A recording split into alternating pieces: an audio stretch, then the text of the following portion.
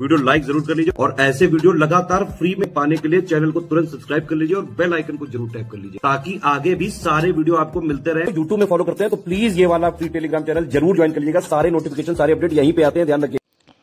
Hello everyone, welcome to our by study for civil services. तो दोस्तों, हम देख रहे हैं आर एग्ज़ाम की टेस्ट सीरीज़। ठीक है, पिछले वीडियो में हमने 25 सवाल देखे थे जो कि पॉलिटी से थे और आपके कल्चर से थे।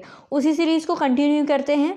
तो देखिए, 26वां सवाल है। 25 जो सवाल हैं इस वीडियो में देखेंगे। ठीक है, तो कौन सा विकल्प सही है? आपको लोक संगीत परंपराएं दी गई हैं और संबंधित राज्य दिए गए हैं। जिकिर नागालैंड, जाजिंजा असम, वीरगासे कर्नाटक और थाडी राजस्थान। तो इसमें कौन सा विकल्प सही है? तो यहाँ पे जो सही विकल्प है वो है ऑप्शन सी, वीरगासे जो है वो कर्नाटक से संबंधित है। ठीक है, जिकिर की अगर बात करें तो ये लोक संगीत है असम का। ठीक है, जाजिंजा अरुणाचल प्रदेश। ठीक है, जाजिंजा जो है ये अरुणाचल प्रदेश। उसके बाद वीरगासे कर्नाटक आपने देख लिया। थाडी जो है ये पंजाब से। ठीक है, पंजाब से है। अब आगे बढ़ते हैं। अगला सवाल है कि हिंदुस्तान संगीत शैली में निम्नलिखित में से किस वाद्य यंत्र का प्रयोग नहीं किया जाता है? ठीक है, ऑप्शन ए है सारंगी, फिर संतूर, वीणा या फिर इनमें से कोई नहीं। तो हिंदुस्तान संगीत शैली में वीणा का प्रयोग नहीं करते हैं। अब सुन लीजिए कि जो हिंदुस्तानी संगीत शैली है इसमें तबला, सारंगी, सितार, संतूर का प्रयोग किया जाता है और वहीं जो कर्नाटक संगीत शैली होती है उसमें वीणा, मृदंग, मैंडोलिन का प्रयोग करते हैं। ठीक, अब आगे बढ़ते हैं अगले सवाल की तरफ। अगला सवाल है कि कौन सा विकल्प है जो आपका गलत है? गलत विकल्प आपको पूछा गया है। मिट्टी बर्तनों के नाम पूछा है और उनका उत्पत्ति स्थल है। ठीक है, तो कारीगरी मृदभांड गुजरात से, कागजी मृदभांड अलवर राजस्थान, खुर्जा मृदभांड उत्तर प्रदेश और डलगेत मृदभांड जो है वो जम्मू कश्मीर। तो कौन सा ऑप्शन गलत है? तो ये है ऑप्शन पहला वाला गलत है। ठीक है, कारीगरी मृदभांड जो है वो गुजरात से बिलोंग नहीं करता है, वो बिलोंग करता है तमिलनाडु से। ठीक है, तमिलनाडु। इसके अलावा सब ऑप्शन बिल्कुल सही है। बड़ा अच्छा सवाल है, रट लीजिएगा। अब आगे बढ़ते हैं। अगला सवाल है कि कौन सा विकल्प है जो सही सुमेलित नहीं है? कढ़ाई का नाम संबंधित राज्य, कारचोबी राजस्थान, कसूती कर्नाटक, किमखाब अरुणाचल प्रदेश और सामीलामी ये मणिपुर। ठीक है, तो कौन सा सही सुमेलित नहीं है ये बताना है। तो इसमें ऑप्शन सी जो है वो सही सुमेलित नहीं है। इसके अलावा क्योंकि किमखाब जो है वो अरुणाचल प्रदेश से संबंधित नहीं है, ये कढ़ाई संबंधित है वाराणसी से। ठीक है, वाराणसी उत्तर प्रदेश से। बाकी सारे ऑप्शन बिल्कुल सही हैं। फिर है निम्नलिखित में से कौन सी मूर्तिकला शैली कुषाण शासकों के संरक्षण में विकसित नहीं हुई थी? ये पूछा गया है। ठीक है, गांधार मूर्तिकला शैली, मथुरा मूर्तिकला शैली, अमरावती मूर्तिकला शैली या फिर इनमें से कोई नहीं। ठीक है, तो ये सही ऑप्शन होगा इसमें ऑप्शन सी, अमरावती मूर्तिकला शैली। अमरावती मूर्तिकला शैली का विकास हुआ था सातवाहन शासकों के संरक्षण में। ठीक है, सातवाहनों के ये थे सातवाहन, उनके समय में था अमरावती मूर्तिकला शैली। बाकी गांधार और मथुरा जो है ये कुषाण शासकों के संरक्षण में ये वैश्य शैली जो है विकसित हुई थी। अब अगले सवाल की तरफ चलते हैं। अगला सवाल पूछा गया है कि किन राज्यों में सरहुल जो है, सरहुल को नए साल की शुरुआत का प्रतीक माना जाता है? झारखंड, उड़ीसा, पश्चिम बंगाल। तो दिया गया है ऑप्शन ए 1 और 2, बी में 2 और 3, सी में 1 3 या फिर डी में 1 2 3 तीनों। तो इसका राइट आंसर होगा तीनों। ठीक है, ये झारखंड, उड़ीसा, पश्चिम बंगाल की जनजातियों के लिए सरहुल को नए वर्ष की शुरुआत का प्रतीक माना जाता है। अब अगले सवाल की तरफ बढ़ते हैं। अगला सवाल है the general theory of employment, interest and money पुस्तक जो है ये किसके द्वारा लिखी गई है? Alfred Marshall, Lionel Robins, John Maynard Keynes या फिर इनमें से कोई नहीं। ठीक है, तो ये जो पुस्तक लिखी गई है ये लिखी गई है जॉन मेनार्ड कीन्स के द्वारा। ठीक है, याद कर लीजिएगा, बड़ी इंपॉर्टेंट है। अब सुन लीजिए, अल्फ्रेड मार्शल की जो प्रमुख पुस्तक है उसका नाम है प्रिंसिपल्स ऑफ इकोनॉमिक्स। ठीक है, और लियोनेल रॉबिन्स की प्रमुख पुस्तक है nature and significance of economic sciences. और वहीं जॉन मेनार्ड कीन्स की पुस्तक का नाम आपने क्या देखा? The general theory of employment, interest and money. ठीक है, अगला है, निम्नलिखित में से कौन सा क्षेत्र अर्थव्यवस्था के तृतीयक क्षेत्र के अंतर्गत नहीं आता है? ठीक है, तो देखिए कृषि, परिवहन, संचार या फिर परिवहन, संचार, बैंकिंग, सामुदायिक सेवाएं, कौन सा तृतीयक क्षेत्र के अंदर नहीं आता है ये पूछा गया है। तो कृषि देखिए तृतीयक क्षेत्र के अंदर नहीं आता है। ठीक है, तो इसमें जो अर्थव्यवस्था के ये प्राथमिक क्षेत्र के अंतर्गत देख लीजिए, प्राथमिक क्षेत्र के अंतर्गत कौन कौन से आते हैं। इसमें कृषि आता है, वानिकी है, पशुपालन, मत्स्य पालन, खनन, ऊर्ध्वाधर, उत्खनन, क्षैतिज, ये सारे प्राथमिक क्षेत्र के अंतर्गत आते हैं। और तृतीयक क्षेत्र के अंतर्गत क्या है? परिवहन, संचार है, बैंकिंग, बीमा, व्यापार, सामुदायिक सेवाएं, ये सारी चीज़ें। ठीक है, फिर मानव विकास सूचकांक पहली बार किसके द्वारा 1990 में प्रस्तुत किया गया था? मानव विकास सूचकांक के बारे में पूछा गया है। तो ऑप्शन दिया है संयुक्त राष्ट्र विकास कार्यक्रम, ऑप्शन बी है विश्व व्यापार संगठन, सी में विश्व आर्थिक मंच या फिर ट्रांसपेरेंसी इंटरनेशनल। तो मानव विकास सूचकांक जो है पहली बार संयुक्त राष्ट्र विकास कार्यक्रम के द्वारा 1990 में प्रस्तुत किया गया था। फिर है अगला सवाल है कि ग्लोबल हंगर इंडेक्स 2021 में भारत को कौन सा स्थान मिला? 99वां, 101वां, 102वां या फिर 103वां? ठीक है, तो इसमें जो है भारत का 101वां स्थान था ग्लोबल हंगर इंडेक्स में 2021। फिर है कि आपको बताना है कि विश्व प्रसन्नता रिपोर्ट 2022 के बारे में है कि कौन सा विकल्प सही सुमेलित नहीं है। भारत की 135वीं रैंक, फिनलैंड की पहली, डेनमार्क की दूसरी, आइसलैंड की तीसरी। तो इसमें कौन सा सही सुमेलित नहीं है? तो इसमें देखिए पहला, भारत की 135वीं रैंक नहीं थी भाई, भारत की थी 136वीं रैंक। ठीक है, अब अगला सवाल है कि राष्ट्रीय सांख्यिकी दिवस प्रत्येक वर्ष 29 जून को मनाया जाता है। ये किस अर्थशास्त्री की जयंती पे मनाया जाता है? ठीक है, डॉक्टर राजा चैलैया, विमल जालान, डॉक्टर शंकराचार्य या फिर इनमें से कोई नहीं? तो सही आंसर है इनमें से कोई नहीं।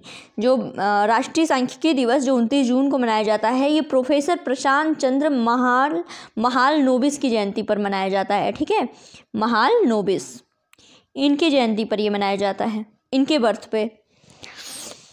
फिर है अंतर्राष्ट्रीय मुद्रा कोष के अनुसार कोई देश विकसित तब माना जाता है जब उस देश का, ऑप्शन ए है सकल राष्ट्रीय उत्पाद सकल घरेलू उत्पाद से अधिक होता है, या फिर सकल राष्ट्रीय उत्पाद सकल घरेलू उत्पाद से कम होता है, फिर सकल राष्ट्रीय उत्पाद सकल घरेलू उत्पाद के बराबर होता है, या फिर इनमें से कोई नहीं। तो क्या होगा? विकसित कब माना जाएगा? जब उस देश का सकल राष्ट्रीय उत्पाद सकल घरेलू उत्पाद से अधिक होता है। ठीक है, ऑप्शन ए यहाँ पे सही है। फिर है निम्नलिखित में से कौन सा विकल्प जो है वो सही नहीं है? बॉम्बे योजना 1944, गांधीवाद योजना 1944, जन योजना 1944, सर्वोदय योजना 1944। तो ऑप्शन ए में दिया है 1 और 2, बी 2 और 3, सी 3 और 4, डी 1, 2 और 3। तो कौन सा ऑप्शन यहाँ पे बिल्कुल सही है? तो ये है ऑप्शन ए, 1 और 2 तो बिल्कुल सही है कि बॉम्बे योजना 1944 और गांधीवादी योजना 1944, लेकिन जन योजना जो है ये आई 1945 में, और साथ ही साथ सर्वोदय योजना जो आई वो आई 1950 में।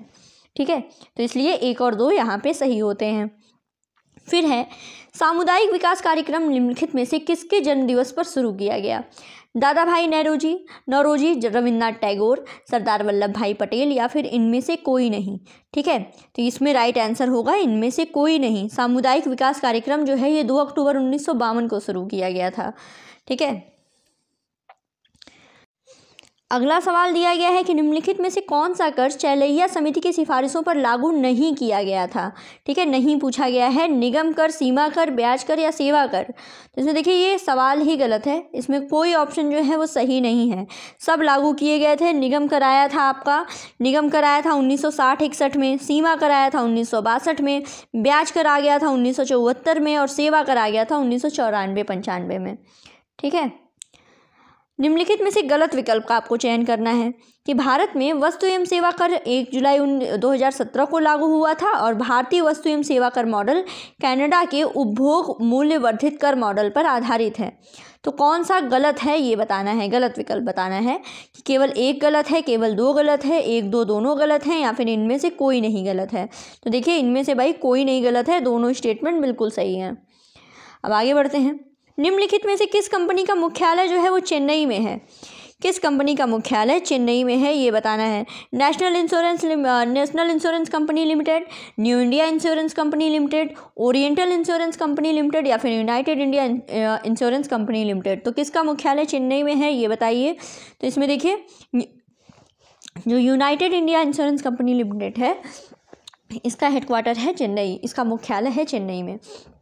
तो इन सब के बारे में देख लेते हैं। जो नेशनल इंश्योरेंस कंपनी लिमिटेड है, ये इसका मुख्यालय है कोलकाता, ठीक है, इसका मुख्यालय है कोलकाता। कब इस्टेब्लिश हुई थी, ये हुआ था 1906 में, ठीक है, 1906 में आया। न्यू इंडिया इंश्योरेंस कंपनी जो है, इसका मुख्यालय है मुंबई, इसका मुख्यालय है मुंबई, न्यू इंडिया इंश्योरेंस का, और ये आया 1919 में। ओरिएंटल की अगर बात करें तो इसका मुख्यालय है दिल्ली में, इसका मुख्यालय है दिल्ली, और ये आई थी 1947 में, ठीक है, 1947। और यूनाइटेड इंडिया इंश्योरेंस कंपनी आपने देख लिया, मुख्यालय है इसका चेन्नई में, और ये आई 1938 में, ठीक। अब आगे बढ़ते हैं। अगला सवाल है कि भारतीय प्रतिभूति और विनिमय बोर्ड को वैधानिक दर्जा कब दिया गया था, 1991, 1992, 1993 या फिर 1994। तो देखिए भारतीय प्रतिभूति विनिमय बोर्ड यानी सेबी जो है, इसको वैधानिक दर्जा आपको दिया गया था 1992 में। राइट आंसर होगा 1992। जो सेबी की स्थापना थी, ठीक है, सेबी की स्थापना जो है ये कब की गई थी, सेबी की स्थापना की गई थी 1988 में, ठीक है, और बाद में 1992 में आके इसको एक अधिनियम के माध्यम से, अध्यादेश के माध्यम से एक वैधानिक दर्जा प्रदान किया गया था।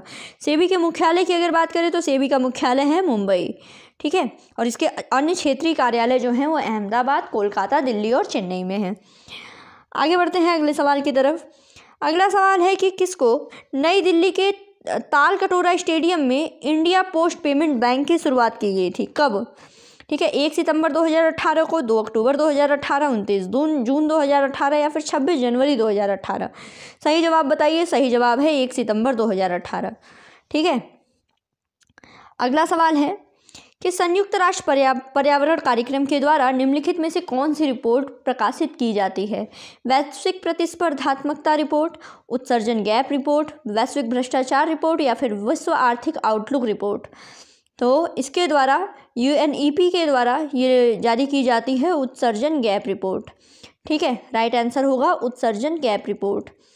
इसके अलावा अगर वैश्विक प्रतिस्पर्धा रिपोर्ट के बारे में बात करें तो ये जारी की जाती है वर्ल्ड इकोनॉमिक फोरम यानी विश्व आर्थिक मंच के द्वारा, ठीक है, विश्व आर्थिक मंच के द्वारा। फिर जो उत्सर्जन गैप रिपोर्ट है ये आपने देख लिया, इसको जारी किया जाता है संयुक्त राष्ट्र पर्यावरण कार्यक्रम के द्वारा। फिर वैश्विक भ्रष्टाचार रिपोर्ट जो है, ठीक है, वैश्विक भ्रष्टाचार रिपोर्ट इसको जारी करता है ट्रांसपेरेंसी इंटरनेशनल। और वर्ल्ड इकोनॉमिक आउटलुक जो है यानी विश्व आर्थिक आउटलुक रिपोर्ट, इसको जारी करता है अंतर्राष्ट्रीय मुद्रा कोष, ठीक है, अंतर्राष्ट्रीय मुद्रा कोष। और ये आपने देख लिया, पढ़ लिया ना, ट्रांसपेरेंसी इंटरनेशनल।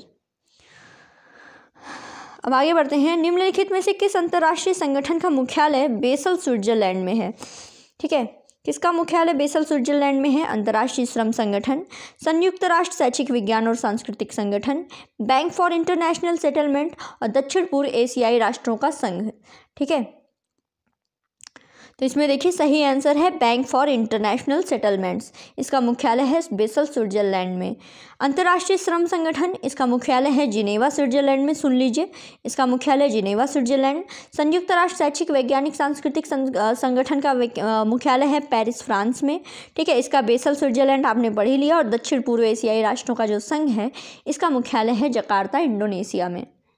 अब आगे बढ़ते हैं। अगला है निम्नलिखित में से कौन सा विकल्प जो है वो सुमेलित नहीं है, ठीक है, सही सुमेलित नहीं है, ये बताना है। तो रसिया प्रमुख लोकगीत है और क्षेत्र है रसिया ब्रजभूमि, कजरी जौनपुर, आल्हा बुंदेलखंड, बिरहा पूर्वांचल। तो इसमें देखिए बी जो है कजरी जौनपुर, ये सही सुमेलित नहीं है, कजरी जौनपुर नहीं बल्कि मिर्ज़ापुर में प्रचलित है, ठीक है, मिर्ज़ापुर में। इसके अलावा सही ऑप्शन सब हैं। फिर है कि किसके शिष्य पंडित राम सहाय ने बनारस बाज घराने का प्रवर्तन किया था, मोदू खां, उस्ताद फैयाज खां, खलीफा मोहम्मद जमा या फिर इनमें से कोई नहीं। तो मोदू खां जो है इनके शिष्य थे पंडित राम सहाय, इन्होंने बनारस बाज घराने का प्रवर्तन किया था। अब आपको सही विकल्प का चयन करना है उत्तर प्रदेश के मुख्य नाट्य संस्थानों से संबंधित, ठीक है। यायावर गोरखपुर, अभिनय ज्योति वाराणसी, स्वास्तिक लखनऊ, रूपांतर मथुरा। तो कौन सा ऑप्शन बिल्कुल सही है? ये है ऑप्शन बी, अभिनय ज्योति वाराणसी।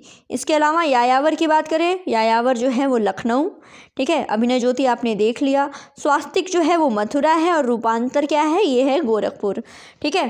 तो ये आपके कंप्लीट होते हैं आपके अर्थव्यवस्था और कल्चर से आपके 25 सवाल। आउट ऑफ 50 कितना स्कोर किया ये वीडियो मिला के और पिछला वीडियो भी मिला के, तो इसको कमेंट बॉक्स में बताइए। बस ऐसे ही पढ़ते रहिए। Thank you so much.